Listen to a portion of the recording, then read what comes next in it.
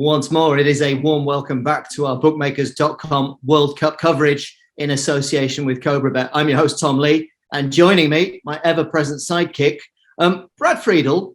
It takes one to know one. I'd like you to reflect, first of all, as we welcome you back, to two potentially outstanding goalkeeping performances, or were they?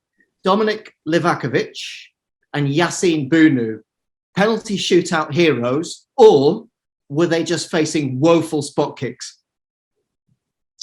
No, heroes. I think. All right, now you're going to go to my memory lane. There was one spot kick by Spain that wasn't the best. It was pretty close. It may have been the first one down to where he saved it to his left. Pablo Sarabia, yeah. It was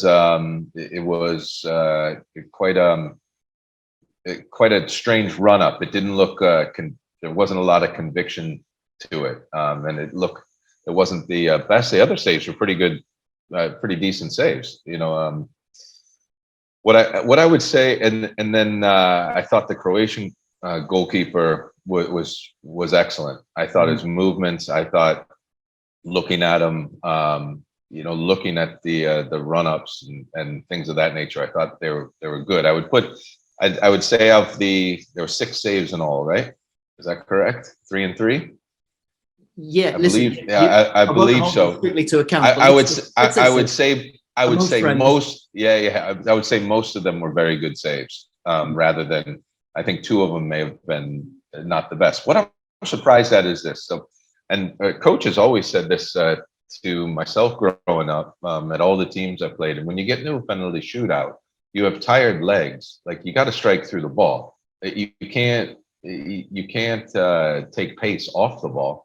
And for a goalkeeper, pace kills us from that distance. So a lot of the misses, they weren't struck hard. People were just trying to place it, and the run-ups were so slow. Like, go back and watch a video of Ruud van Nistelrooy taking a penalty. I know right now, if I were to face a penalty from Ruud van Nistelrooy, 99% he's going low to my right-hand side, and I know it. But if I move too early, he takes me to the other side. But he hits it so hard that you would have to move so early to be able to save it that he will slide it to the other side. But he just puts the ball down. He looks over at the referee. He doesn't look at the goalkeeper. He doesn't look. He has a strong run up and bam, smashes it. And these players are okay. When you have the skill set of Neymar, he did a bit of a shuffle on his penalty, and the goalkeeper was moving all over the place. That was obviously not in the shootout, in the run-up play. But some of these players, they're really overthinking it, and they just get up. If you smash the ball 3/4 of the way up in a goal in the corner, which these players are skillful enough to do, goalkeeper's not saving it. But all these games are playing, and I'll put this to you and the listeners: every added movement, I would say, unless you're maybe Neymar or somebody like, Yakubu was good at this as well. He had the slow run up, but every added movement helps the goalkeeper because it gives us another ability to detect which side the ball's going to. Gives us another vision. Whereas if you just 45-degree angle and run up, smash it, it's really hard for us. Brad, here's a very interesting component, and I think a very important one. Goalkeepers are meant, supposedly, to stay on their line and, correct me if I'm wrong, still be in contact with the line when the penalty is struck. Now, we touched in the last call about the unfussy, let it flow refereeing. We did see a penalty retaken by Robert Lewandowski, but that was for encroachment. But goalkeepers, by and large, do seem to be being allowed to move quite substantially off their line. We just talked about Livakovic. We've talked about Yassine Bounou, aka Bono, for Morocco, still to concede a goal, by the way. And yet these guys, is that just good, unfussy refereeing, or are they getting away with murder? Well, letter to the law, they're getting away with it. I mean, letter to the law, I got away with it. It's very difficult as a goalkeeper to stay on the line and then dive left or right. Like, we are taught to go forward a little bit. So really, we should start behind the line and then be able to come up to the line, because there's I don't know many goalkeepers that lean backwards to dive left or right. And I would agree. I thought one of the penalties that was saved to, it may have been Livakovic. I think his foot was a good 6-8 inches off the line. Yes. And you know, and I was a goalkeeper, played for years, obviously. What I don't know, if his left foot's above in front of the line, but his right foot's on the line, is that allowed? So you know, here's another one. So I don't know if, because his left foot was definitely off the line before the player hit the ball, but his right foot was on the line, because that happens as well, because you step forward with the foot on the side you're diving to.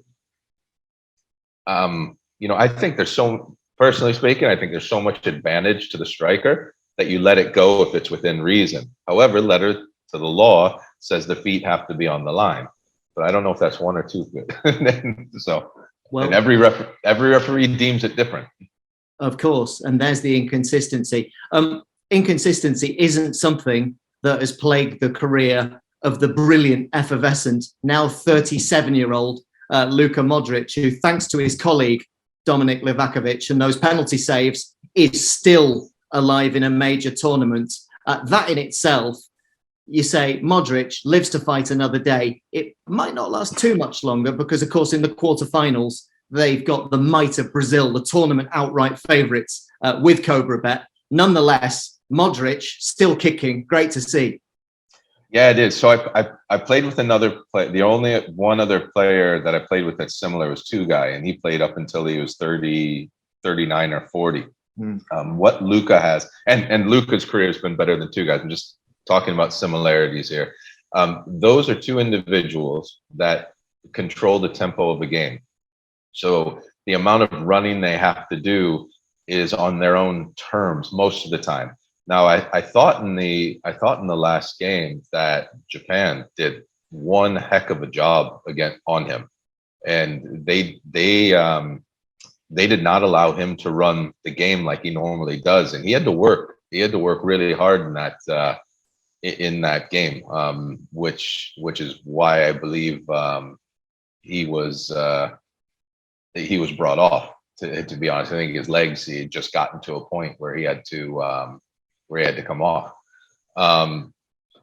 You know, he's just a superb, great teammate, great on the field, great off the field, superb player. He's one of those players, if he wants to, and I know he's playing with arguably the best club in the world. If he wanted to, he could probably play till he's 42, 43 years of age, barring injury, because there's no body weight to him, no body fat to him. Great pro, great guy, great teammate, and controls the tempo of games. Now coming up against Brazil, you know, how good did Brazil look going forward? I mean, they looked quick and rapid. So this will be a big test for Luka. Well, you just preempted my next question, Brad, perfectly, because what I was going to ask you is this: was the best individual 90-minute display you've seen so far Brazil 4, South Korea 1? Because that passing, that pace, that constant movement, how's your dancing? Could you play in that team if they made you go and get involved in the huddle when they go 4-0 up in 28 minutes? In that team, no. I mean, I could. I think a lot of people could join that. You just have to stand there and just pass the ball to those 4 or 5 up front.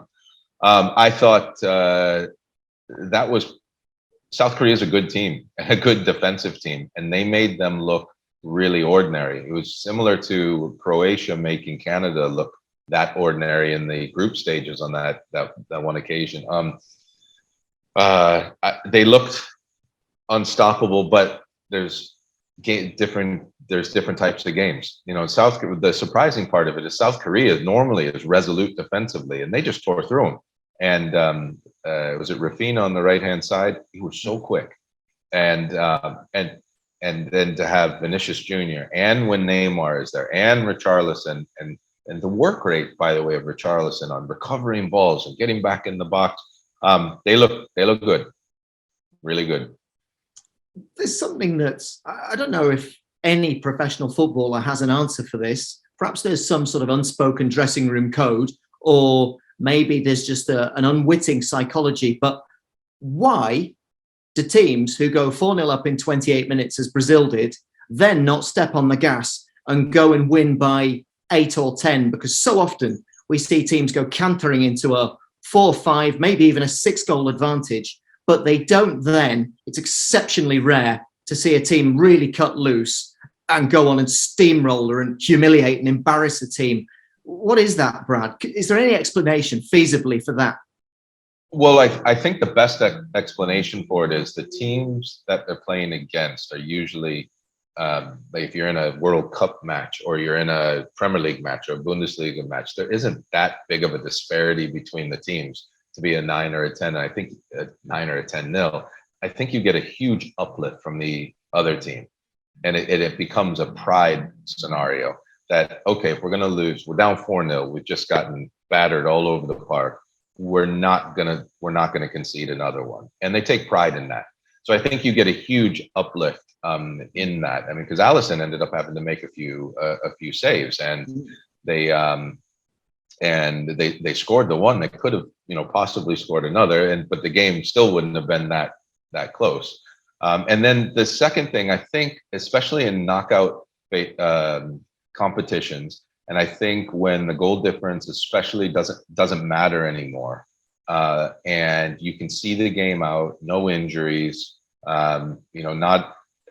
you can almost put an eye on the next game. I think that happens. So I think the intensity levels from one drops and the other increases, and it evens out a little bit. Makes perfect sense. Intensity levels. Your pre-tournament tip is, so far as I'm aware, still Argentina.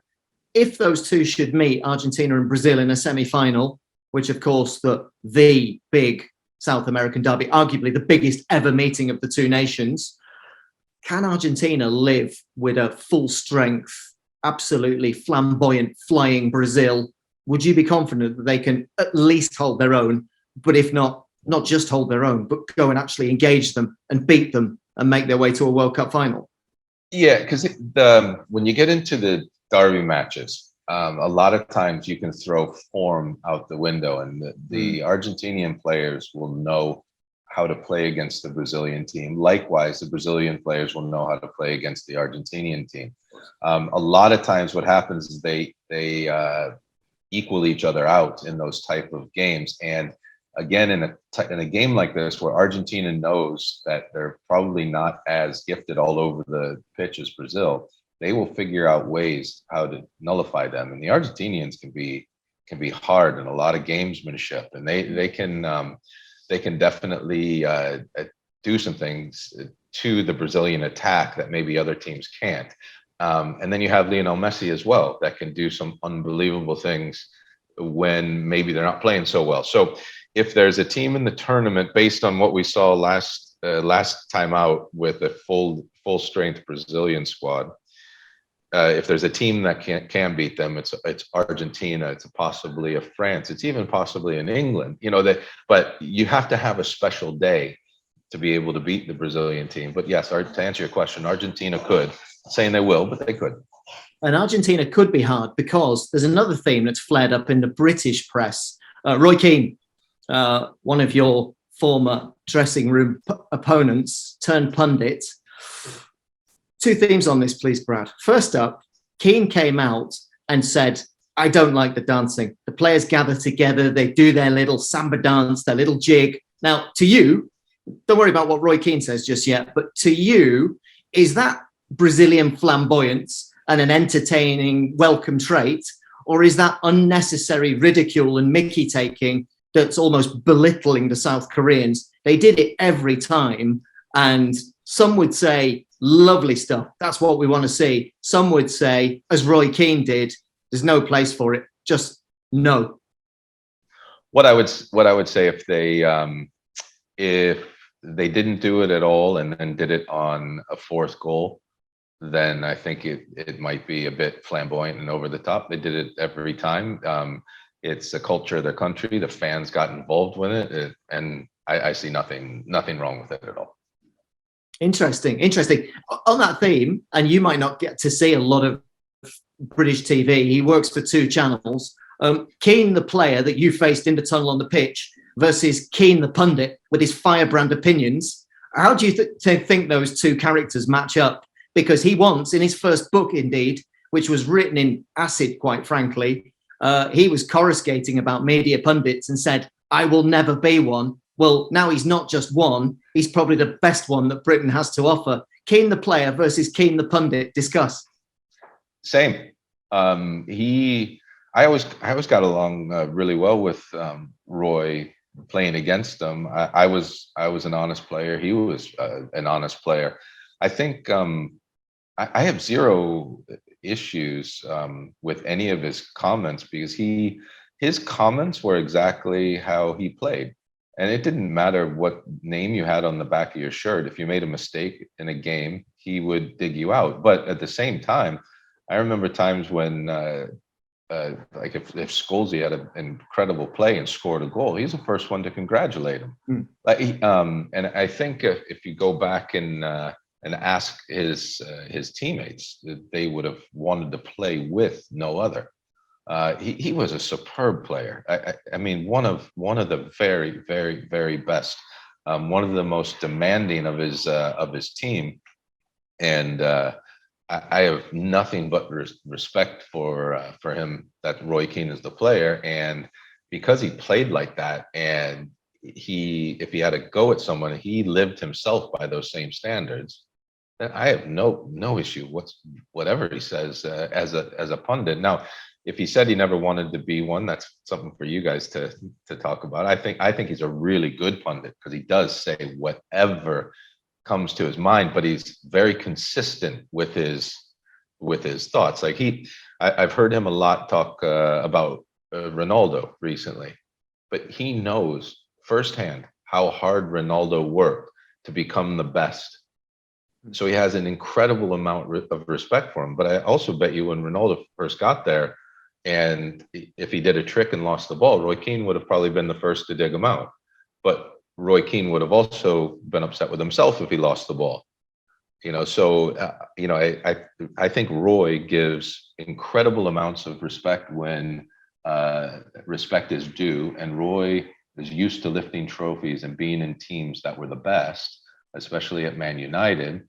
So if Man City are playing, he's going to hold them to those standards, and that's how he's going to be a pundit. If it's Arsenal, the same. These historic great clubs, Liverpool, the same. And I see no problem with it at all.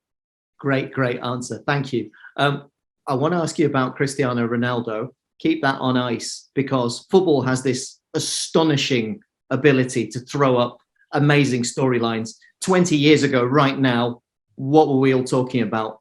Roy Keane sent home in disgrace by Mick McCarthy from Saipan. But another amazing storyline that's come out this time, Brad, is a guy called Ashraf Hakimi, who scored he's a dominant presence on the field for Morocco, who are still yet to concede. Not only that, Hakimi scores the decisive spot kick in a 3-0 shootout win. We've talked consistently about the underdogs flying the flag in this tournament, whether it's the brave, plucky performances of Japan, whether it's Saudi Arabia, those two winning against Germany and Argentina, respectively, whether or not in this instance, it's Morocco, not just escaping their group, but winning it and now eliminating recent champions, 2010 hero Spain.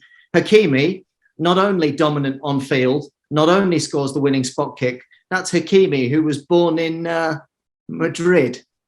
Go figure. Incredible, isn't it? Yeah, these stories are, and with all the upsets in the group stages, there's only one upset that's made it into the quarterfinals, and that's Morocco. If you looked at it, and I think most of us thought Spain would win that match, and if they did, you would have had Brazil, Croatia, Argentina, Holland, Portugal, Spain, France, England, the big boys.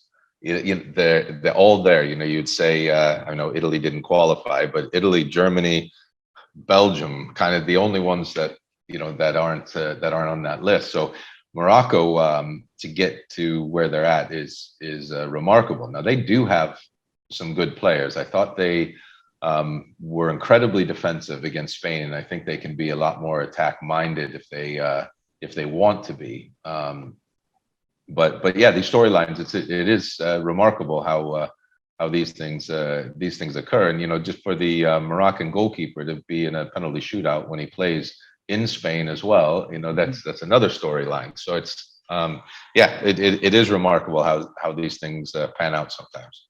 And of course, that is Yassine Bounou, or Bono, as he's more colloquially known. Morocco, if they want to go further, joining up the dots, we've talked Morocco, we've talked Ronaldo. Well, to progress, obviously, Morocco have got to try and beat Cristiano Ronaldo, or have they? Are Portugal now clearly better off without a soon-to-be 38-year-old Ronaldo? Is he at best worth a place on the bench, or does he play against Morocco in the quarterfinal, Brad? It's so difficult to think like that he wouldn't start from the get-go with his country. And I would still say in certain games he's the right guy to start. It depends on the setup. I think the Swiss team was going to be a little bit more open at times, and I think they wanted a little bit of more free flowing in positions. That's what I saw, and they were very good at it when they played. If you're Morocco, will likely line up like they did against Spain and be quite defensive and try to counter. So it might be better that you have a focal player in the box that's also very good on crosses, and that would be Ronaldo. So I wouldn't have minded being a fly on the wall to know what happened if the manager was really upset with his action of being subbed off or not. These are things that we just don't know the accurate truth to. But what I would say is I still think that Cristiano Ronaldo has a big part to play in the rest of this tournament for his country. Whether it's from the start or as a sub is yet to be seen. I just hope that if it is as a sub, that he comes on with a great mental attitude, because if he does, then he can still score incredible goals. By 9 o'clock on Saturday night, 8 will have become 4. In the following order, Brad Friedel, name for me the 4 semi-finalists. First up, your anti-post tournament tip, the team you would have backed with Cobra Bets, Argentina versus Holland. Who goes through? Argentina against Holland. I think it'll be, of all the games, and sorry, I keep looking down because I have them on my computer here. Of all the games, I think that is likely to be the most tactics thrown into it, and possibly the most boring to the naked eye. But I think Argentina gets through. Luka Modric and Croatia, finalists in 2018, up against the Samba Flair, the dancing brilliance of Brazil. Croatia, Brazil, who goes through? Brazil's going to go through, but I think we're going to see a different Croatia than we saw against Japan. I think this will be one heck of a game. The Croatians have some flair up front too, but this Brazilian team, they don't have just one; they have 2 world-class goalkeepers. They have a very good defense. I think Brazil over. If it goes into extra time as well, I just think they'll have too much of the flair for Croatia. But so I'll go Brazil. Halfway there, Argentina, Brazil. Cristiano Ronaldo might or might not be in the starting 11. Every which way, Portugal, the Euro 2016 winners, have got to navigate past Morocco, the underdogs. Will they? Won't they? I think Portugal will get through this, especially if Morocco take on the tactics that they did against Spain and sit back. I think Morocco has a lot of pace in their team, and I think if they did go more on the front foot, they could cause Portugal some more problems. I think Bernardo Silva is one of the class acts in football at this moment in time, and I think he's going to be able, if Morocco do sit back, to be able to find spaces. Again, he's for me like Phil Foden is for England. He's one that can break down tight defenses. He's used to it, working under Pep Guardiola. That a lot of teams play against them. in club football. So I think Portugal goes through.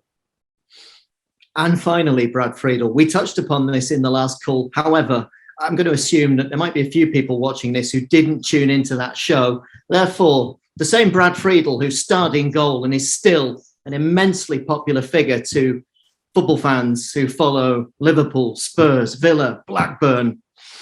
With any of those hats on, England against France, is this the game that could go to distance, go to spot kicks, be the desperately tight cliffhanger, and every which way, who will progress and claim that fourth berth in the last four in the semi-finals, England or France?